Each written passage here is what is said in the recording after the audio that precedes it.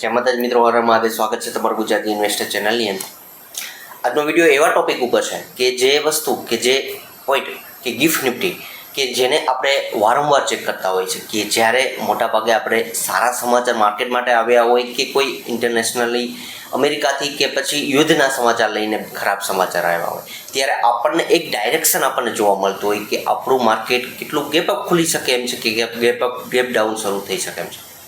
પણ આ gift Nifty શું છે અને ખરેખર નિફ્ટી અને ગિફ્ટ નિફ્ટીમાં શું ડિફરન્સ છે? આ સિવાય ગિફ્ટ નિફ્ટી ક્યારે કામ કરે છે, એનો સમય શું હોય છે, ગિફ્ટ નિફ્ટી શરૂ કરવાના ફાયદા શું છે અને આની આ જ વસ્તુ આપણે ખાસ ક્યારે ચેક કરવી જોઈએ એ સમયગાળા સાથે. બીજી વસ્તુ કે આ કયા રજાના દિવસોમાં ક્યારે બંધ હોય છે, આ તમામ પોઈન્ટને આવરી લઈને આ વિડીયોની અંદર વાત કરીશું. તો સૌપ્રથમ એ વસ્તુની વાત કરીએ તો જો માર્કેટની અંદર ઘણા મિત્રો નવા આવેલા હોય છે તો એને જનરલી માહિતી આપણને નિફ્ટી વિશેની હોય છે કે નિફ્ટી 50ની અંદર ટોપ ઇન્ડિયાની 50 કંપનીઓનો સમાવેશ થતો હોય છે. રિલાયન્સ, TCS, ઇન્ફોસિસ આવી અલગ અલગ જે મોટી કંપનીઓ, બ્લુચીપ કંપનીઓ છે કે એનો સમાવેશ થતો હોય છે. એવી જ રીતે કે આપણે જેમ નિફ્ટીની અંદર લાઈવ ટ્રેડ કરી રહ્યા છે, આ બધી વસ્તુ નિફ્ટીની અંદર લાઈવ ટ્રેડ થાય છે. આની આ જ વસ્તુ ગિફ્ટ નિફ્ટી કે જે ક્યારથી શરૂઆત થઈ હતી તો 2020ની અંદર સિંગાપુરની અંદર SGX નિફ્ટી નામથી આમની શરૂઆત થતી હતી કે સિંગાપુરમાં તેનું મેઇન હબ હતું, ત્યાંથી એ ટ્રેડ થતું હતું. ત્યાર પછી 2023ની અંદર કે આ SGX નિફ્ટીને ગિફ્ટ નિફ્ટી નામ આપી ગાંધીનગર ખાતે કે ગિફ્ટ સિટીમાં તેનું હબ બનાવી અને ત્યાંથી એ ટ્રેડ થઈ રહ્યું છે. હવે આ ગિફ્ટ નિફ્ટીનું ફૂલ ફોર્મ શું છે, ગિફ્ટ નિફ્ટીનું પૂરું નામ શું છે? Gujarat international finance tech city કે જે એક આ ઇન્ડિયાનું ઇન્ટરનેશનલ ફાઇનાન્શિયલ આપણે ભારતનું હબ ગિફ્ટ સિટીને ગણવામાં આવે છે. શા માટે શરૂ કરવામાં આવ્યું છે ગિફ્ટ નિફ્ટી, એની જરૂરિયાત શું છે કે જનરલી આપણે જોતા હોય કે એનું એક ઇન્ડિકેશન આપણને તો મળે છે. આ સિવાયના બીજા પણ ઘણા ફાયદા છે કે જે ફોરેનરો છે કે જે NRI છે એ પણ લાઈવ ટ્રેડ એની અંદર કરતા હોય છે, જે ફ્યુચરની સાથે કામ કરી રહ્યા હોય છે. એક મોટો ફાયદો એ છે. બીજી વસ્તુ, સિંગાપુરની અંદર ઓલરેડી SGX નિફ્ટી ટ્રેડ થતું હતું, ત્યાંથી ભારતમાં શિફ્ટ કરવાથી એક ભારતને પણ એક સારા એવા નવા ટ્રેડરોનો ફાયદો મળે કે આ એક મોટો ફાયદો છે.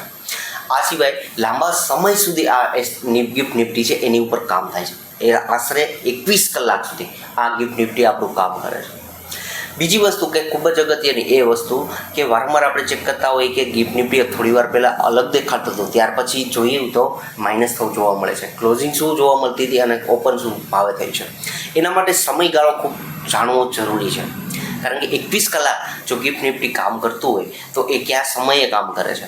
તો વહેલી સવારે આપણે 6:30 આ ગિફ્ટ નિફ્ટી ઓપન થાય છે ત્યારે એક આપણને ઇન્ડિકેશન આપણા માર્કેટની જોવા મળે છે. આપણું માર્કેટ છે આ ડાયરેક્શન ઉપર ઓપન થઈ શકે એમ છે કે જે ડિપેન્ડ છે કે કયા પ્રકારના સમાચાર છે કે ફ્લેટ ઓપન થવાનું છે. ત્યાર પછી 6:30 થી 3:40 સુધી રેગ્યુલર આપણું બજાર છે 3:30 ક્લોઝ થઈ જાય છે.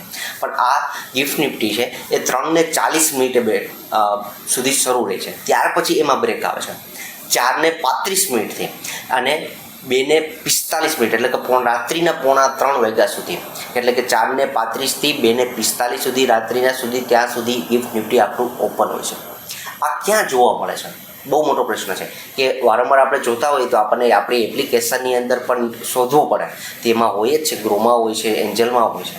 પણ આ સિવાય જો તમારે ગૂગલ ઉપર સર્ચ કરીને જો જોવું હોય તો ગિફ્ટ નિફ્ટી NSE કરીને સર્ચ આપશો તો તમને NSEની સાઇટ ઉપર પ્રોપર આપણને એ જોવા મળશે કે ખરેખરનો સાચો ભાવ શું છે, કે ગિફ્ટ નિફ્ટી ખરેખર કેટલું ઓપન ગેપઅપ છે કે ગેપ ડાઉન છે, એ આપણને એક સીધું ડાયરેક્શન ત્યાંથી મળી શકે.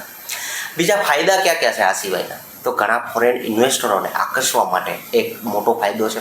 આ સિવાય આપણા ગુજરાતની અંદર ગાંધીનગર ખાતે છે અને ભારતની એક ઇન્ટરનેશનલ હબ્સ તરીકે સ્વીકારાય કે એનું નામ બને, એ પણ એક સારો એવો ફાયદો છે. ફોરેનરોને આવકારવા એના માટે એક ટ્રેડિંગનું વોલ્યુમ પણ હાઈ થઈ શકે, એક પણ બીજો ફાયદો છે. અને ત્યાં સિવાય એનાથી મોટી વસ્તુ કે નાના મોટા રિટેલ ઇન્વેસ્ટરો માટે કે જે ટ્રેડિંગ કરે છે એના માટે મોટો ફાયદો એ છે કે એને એક ડાયરેક્શન મળશે અને એક સેન્ટિમેન્ટ શું કહે છે માર્કેટનો કે ક્યાં સુધી કયા ગિફ્ટ નિફ્ટી કયા લેવલથી ઓપન થઈ શકે એમ છે એની આપણને એક જનરલી માહિતી મળે છે. જનરલી માહિતી એટલા માટે કહું છું કે આ જેટલું આપણને દેખાવતું હોય ઓપન થઈ શકે એમ, એટલું પણ માઇનસ પણ ઓપન થતું હોય છે. કારણ કે જ્યારે પણ આપણું માર્કેટ છે એ અમેરિકન માર્કેટની સાથેથી સંપર્કમાં રહીને મોટાભાગનું આપણું માર્કેટ ઓપન થતું હોય છે. ત્યાર પછી જે કોઈ દેશ છે આપણી સિવાયના જે મોર્નિંગના સેશનની અંદર ઓપન થયેલા છે એની પણ અસર જોવા મળતી હોય. એટલે સેન્ટિમેન્ટ કેવું છે એ પ્રોપર આપણને એ માર્કેટ ઓપન થયા પછી આપણને સાચી વસ્તુ ખ્યાલ આવે. પણ એક ડાયરેક્શન છે, એક ઇન્ડિકેશન છે, તમને એનો એક રસ્તો આપણને જોવા મળી શકે. આ સિવાય બીજો એક પોઈન્ટ એવો કે ક્યારે આ ગિફ્ટ નિફ્ટી બંધ હોય છે. સામાન્ય રૂપે જ્યારે પણ આપણું માર્કેટ શનિ રવિના દિવસોમાં ક્લોઝ હોય છે ત્યારે તો મોસ્ટલી આપણને ક્લોઝ જ જોવા મળે છે. પણ એ સિવાય જે રજાના દિવસો છે, દાખલા તરીકે રામનવમી હતી, ડૉક્ટર આંબેડકર જયંતિ હતી, આ સિવાય જે કાંઈ રજાઓ હતી એ ગાળામાં મોર્નિંગના સેશનની અંદર ઓપન હોતું હોય છે. ત્યાર પછી એ ઇવનિંગના સેશનની અંદર માફ કરજો મોર્નિંગના સેશનની અંદર બંધ હોય છે અને ઇવનિંગના સેશનની અંદર એ શરૂ પર જોવા મળ્યું છે. આ વસ્તુ ખાસી અસર કરે છે કે માર્કેટ ગિફ્ટ નિફ્ટી ઓપન છે એનો ટાઈમિંગ શું છે એના ઉપર ડિપેન્ડ છે. ઓલ ઓવર જોઈએ તો ગિફ્ટ નિફ્ટી એ ઘણું એવું ફાયદારૂપ છે. ગિફ્ટ નિફ્ટીને પણ જાણવું જોઈએ. જો તમે ટ્રેડિંગ કરો છો તો આ ગિફ્ટ નિફ્ટીને એનએસસીની સાઇટ ઉપર જઈને ટ્રેડ કરવું જોઈએ. આપણા દરેક વિડીયોની અંદર ગિફ્ટ નિફ્ટીને આપણે જ્યારે કોઈ પણ ઘટના બનતી હોય, અપડાઉન થતી હોય, ઉથલપાથલ જોવા મળતી હોય કે વધારે પડતી વોલેટિલિટી જોવા મળતી હોય ત્યારે આપણે ગિફ્ટ નિફ્ટીને પણ આપણે કવર કરીએ છીએ. વિડીયોના અંત સુધી બન્યા રહ્યો છો. હું આશા રાખું છું ખૂબ જ તમને માહિતી સચોટ લાગી હશે અને જાણવા મળ્યું હશે. ચેનલ સબસ્ક્રાઈબ કરજો, તમારા મિત્રો સાથે શેર કરજો. Thank you.